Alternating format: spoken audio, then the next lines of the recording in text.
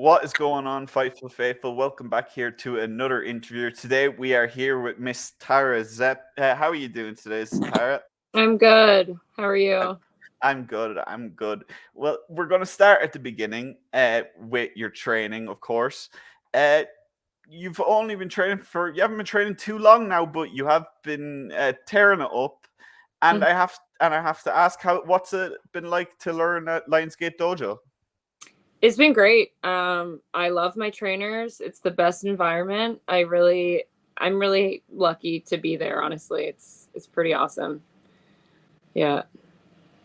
And is there anything significant that, like, for you has been really obviously the whole of training is obviously helpful, but has there been Yeah. a particular lesson you've learned from Lionsgate Dojo that you've carried throughout your career so far? I mean, everyone's super supportive and there for me. They're constantly checking in. I have a match, they check in. How was the match? Let's talk about it. Stuff like that, which is incredibly important. Yeah, All my there's a lot of trainers there. There's about 4 trainers actually right now. The main 2 are Nicole Matthews and Artemis Spencer, but there's also Tony Baroni and Billy Swade. And everyone has a completely different style of wrestling. Lucha, technical, brawler, and just like fundamentals. So between everyone, there's a little bit of everything, and yeah, not a lot of places have that to offer. So that has been insanely helpful because I can like pick and choose, take a little bit from each style, and like, come up with what my own thing and like figure out what I'm best at. So yeah. yeah, that's been awesome.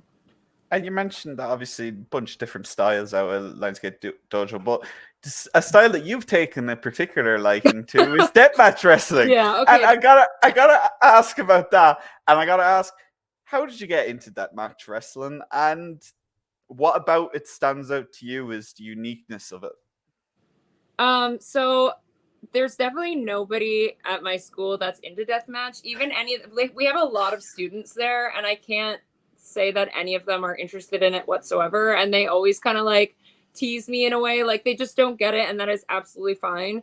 I feel like deathmatch is more of an artistic style of wrestling. It's more um self-expression, and it's just more like shocking, right? It's kind of Yeah. like the Alice Cooper of wrestling or something. You know what I mean? It's just Yeah. it's different. And a lot of deathmatch isn't like it's not super technical. Some of it is, but like a lot of it's just like it's shock worthy. You know what I mean? Yeah. And visual.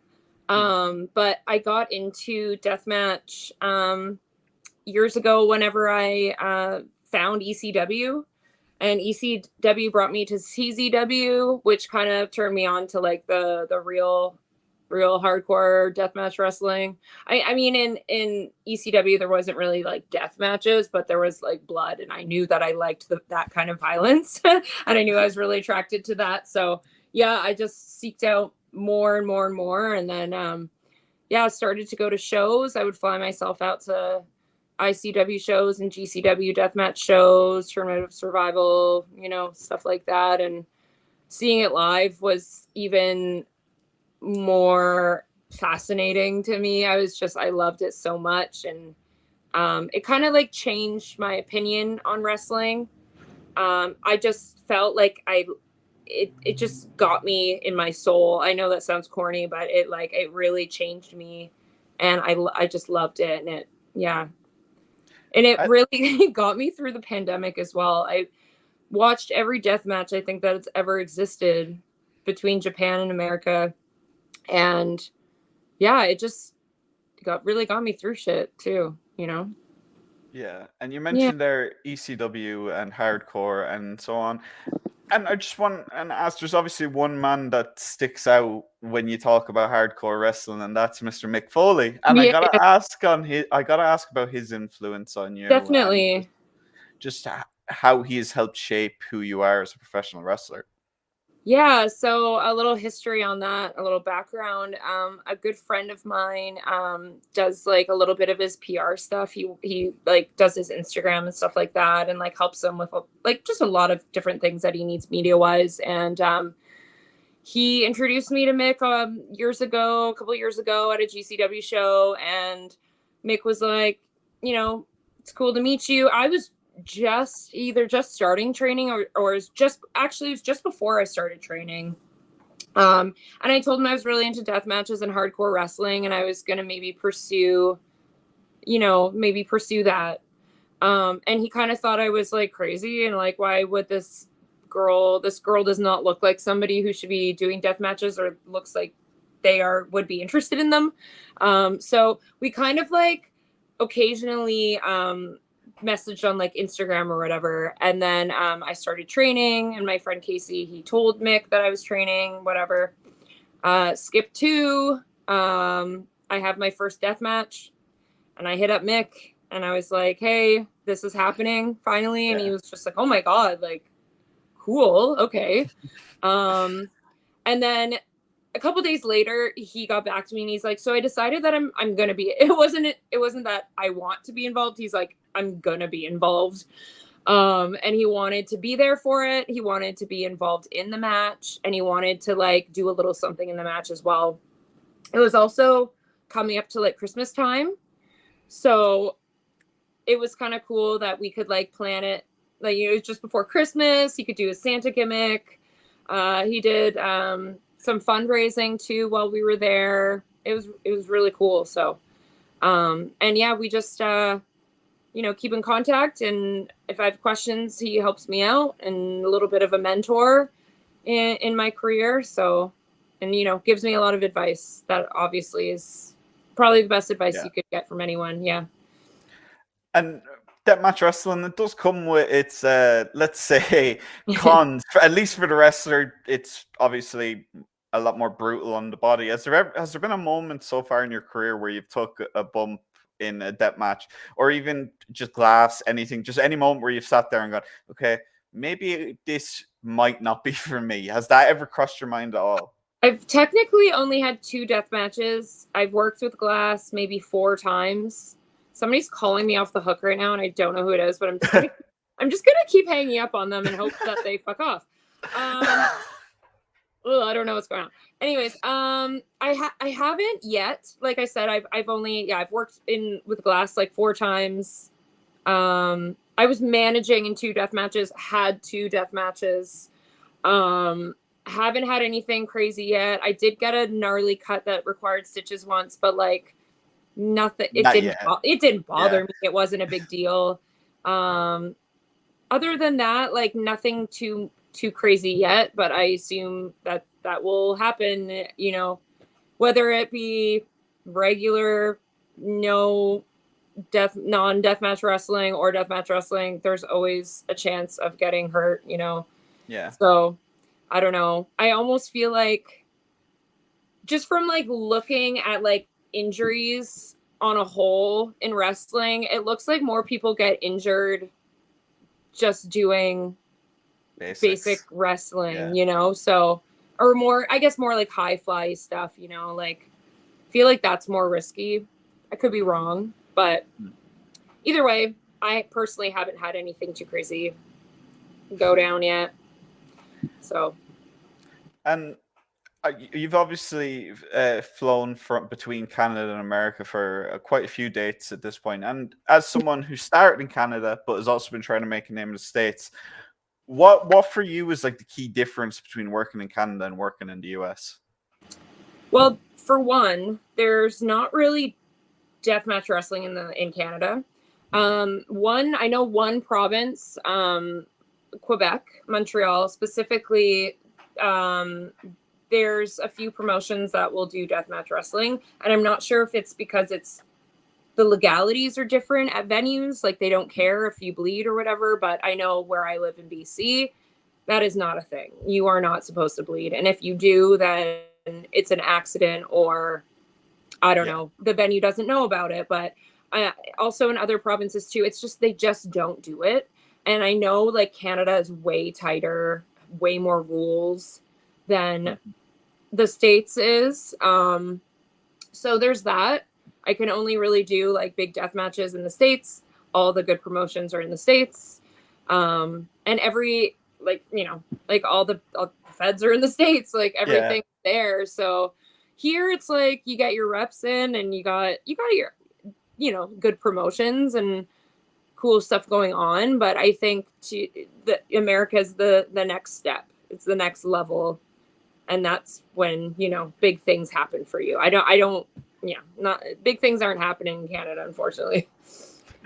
AEW and WWE will come here, but, you know, at the end of the day, if you were to be signed by companies like that, I would have to relocate to America full time, right? So.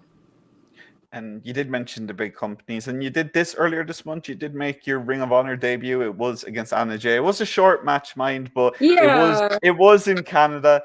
Just some general thoughts on getting that opportunity and wrestling Anna. Yeah, it was really cool. I mean, I don't believe that like they have too many extras on with my level of not skill, but like the fact that I've only been wrestling for about a year. They really did take a chance on me. You know, obviously it's on TV. Like usually I think they would have more experienced wrestlers get an opportunity such as that. But I was very lucky to get that. And maybe that's why it was such a short match. But also a lot of those like squash matches when they're trying to get a heel over, you know, as a heel. And I'm not sure if she just turned heel, but I know she had like a bunch of matches where she was doing squash matches on extras. And I was one of them. But yeah, they're usually pretty short. You just sell for them and that's it, you know. But it was really fun. And I was actually really glad that I didn't have to do a whole bunch my first time, because when you're out there, it's like, I wasn't actually too nervous going into it, but once I was in the ring and the lights are on you and you can feel like the heat from the lights, they're so fucking bright. It kind of scared me. I was just like, oh my God, I cannot screw anything up. Like this has to be perfect. So I didn't have a lot to do. I just, you know, did what I was supposed to do, which is sell for her. So it was awesome. It was really fun, really easy. Yeah. And was that a goal that you had even at this stage of your career, just to wrestle Ring of Honor, wrestle AEW? Was that something that just seemed like it was off in the distant future? Definitely.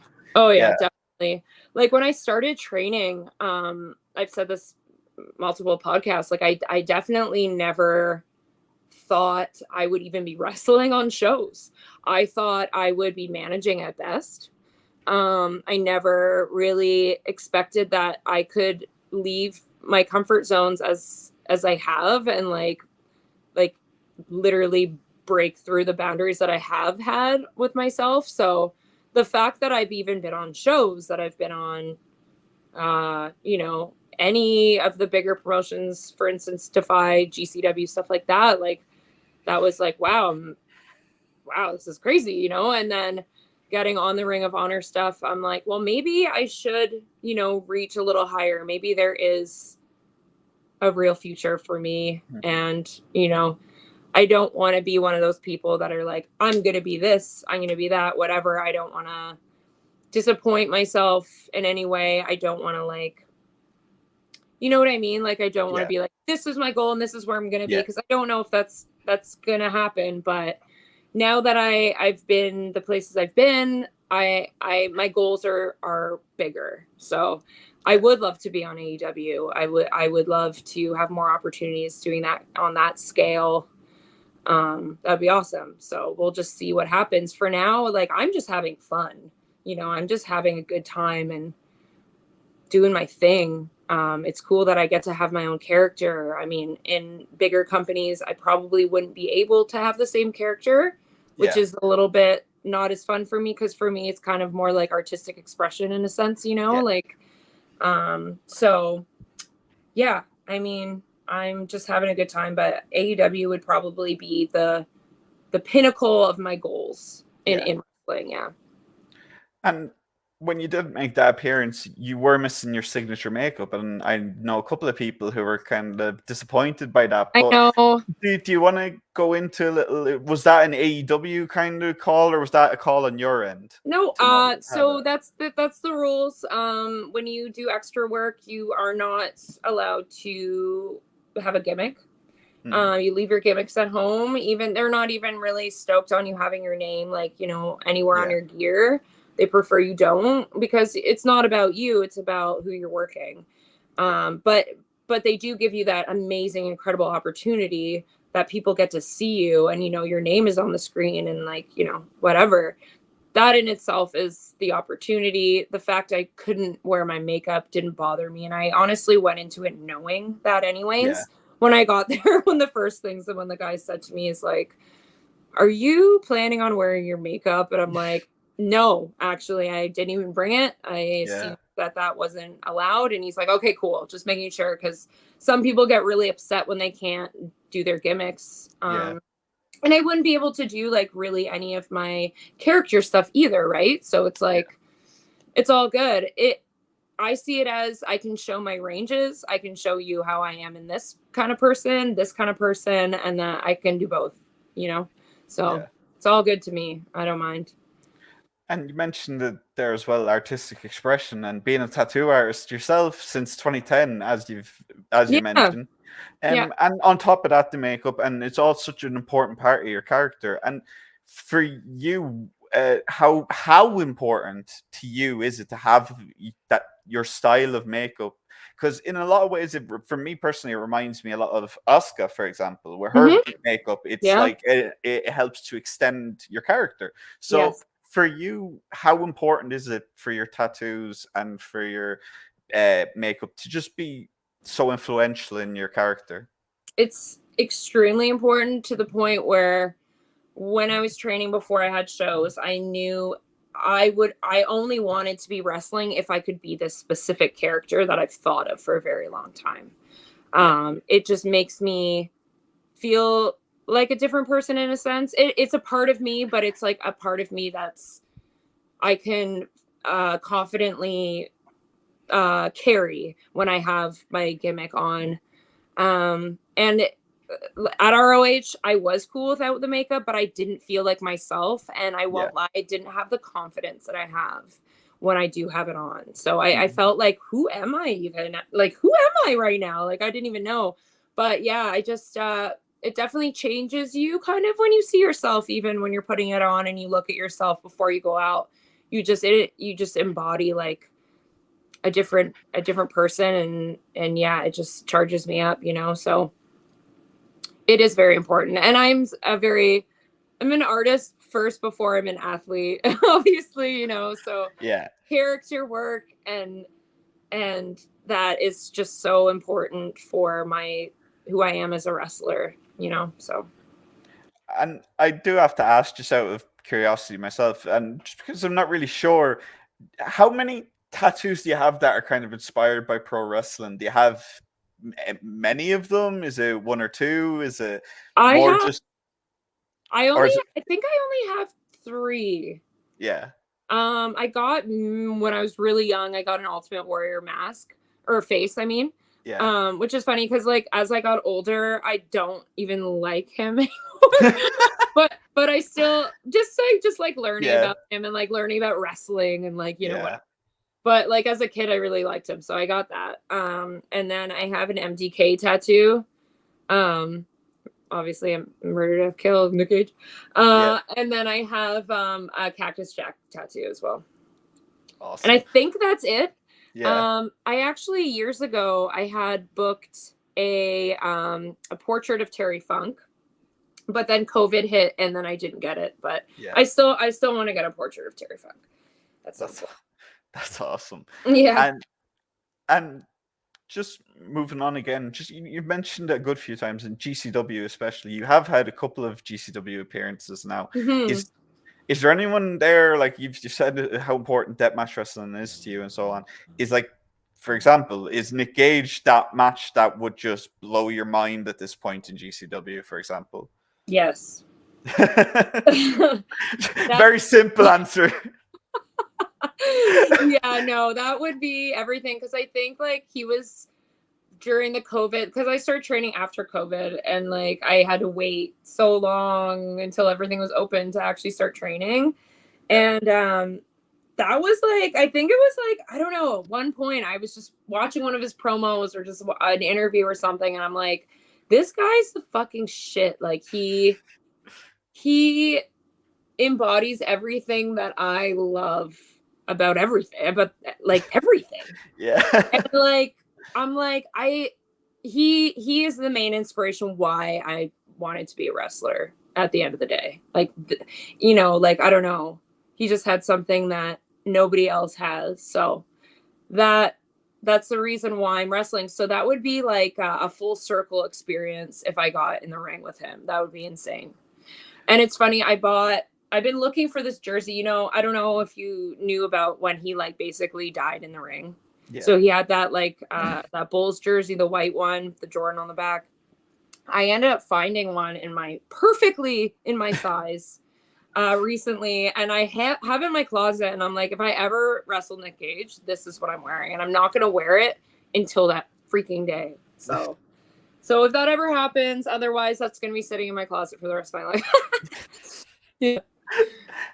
And as well, we talked about it a little earlier, but just like the Canadian scene, especially now, like it's just blowing up recently, and you've kind of come into it at just almost the perfect time with with Dreamwave and so on, just starting to really thrive. And again, like for you working the Canadian promotions and seeing the scene thrive as you're starting to kind of just really come into your own as a performer, how like inspiring is that to see? It's great. I mean, I am very lucky that I came in at this time, because it's wild to see people that I never thought would even be into wrestling at shows. And like even them saying like, I've met so many people, and even people that have just started training recently, like I never watched wrestling until last year or whatever, and now they're like hooked. So the amount of new fans that there are, like every show is sold out all the time, you know, like it's not like it used to be. Like I go into shows years and years ago and there's like 10 people there. I mean, that still happens obviously, but for the most part, like these smaller promotions are selling out all the time, and it's great, and they're running constantly. So it's like I'm always wrestling, which is the goal. You know, so yeah, it's awesome. And we're heading into the midpoint of 2024 now, and I have two kind of questions to ask you about this. First of all, the first half of 2024 was a big one for you, obviously, just a lot of appearances, a lot of big appearances for you. Is there a highlight for you? Is it the Ring of Honor day? Is there a match that you've had that really stands out to you so far this year? Definitely the one with John Wayne Murdoch, for, you know, a million reasons. First Deathmatch. I think that was my first match on like live on IWTV as well. Of course, you know, Mick Foley appearance. Everything about that was everything for me. And the emotions I felt after, I can't even explain. I don't even know if I'll ever feel that way again. It was like better than any drug you could take. Like it was incredible. I cried, but I was also, I don't know, it was just like uncontrollable feeling of like, I did this and I want to do this every day. Like I actually felt that way after, like the adrenaline and like, oh, the endorphins were just like insane.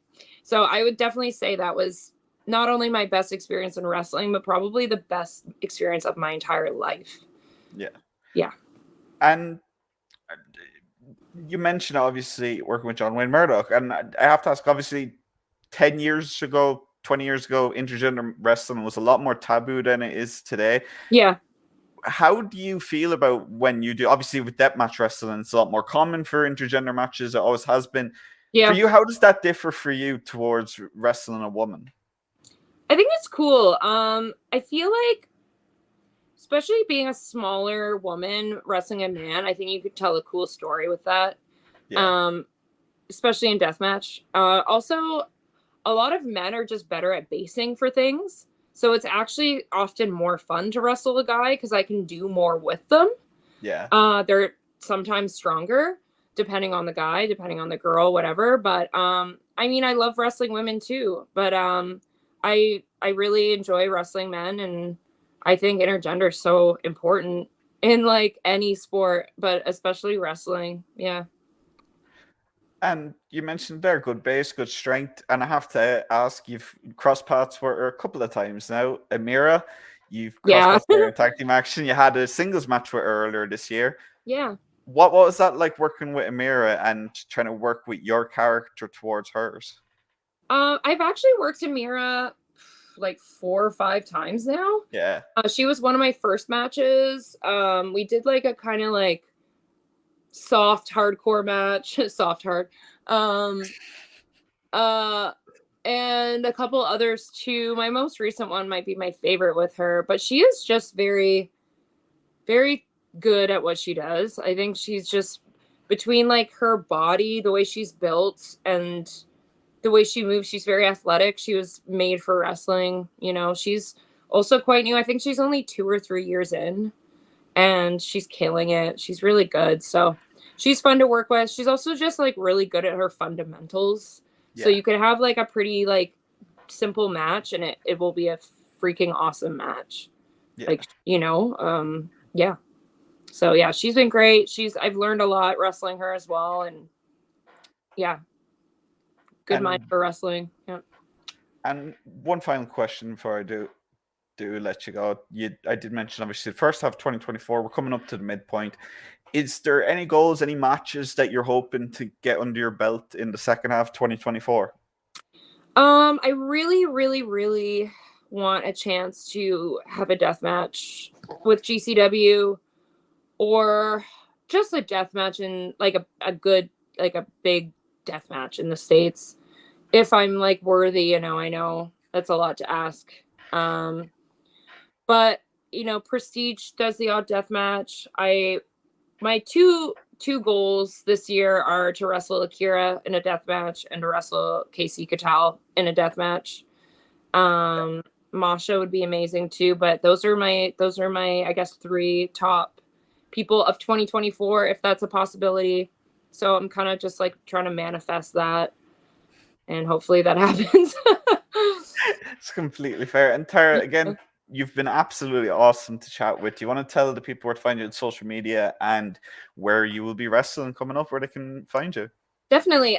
So I am villain Tara Zep on both Instagram and Twitter. I'm gonna quickly look at my schedule to see what I have because I am kind of all over the place, mostly in Canada.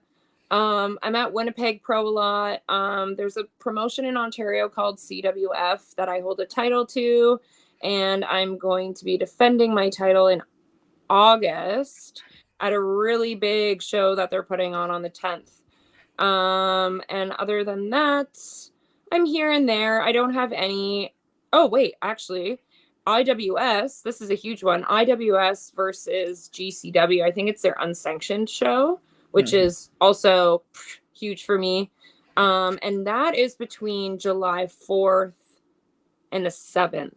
And I know there's a couple of Montreal dates, there's a couple Toronto dates. So that I'm not sure who I'm working, I'm not sure what I'm doing, but that one is definitely one to jot down because that one's going to be cool. And again, Tara, thank you so much for sitting down with me. Guys, make sure to follow Tara, check her out. She's killing it. She's got to be one of the top women's young stars right now.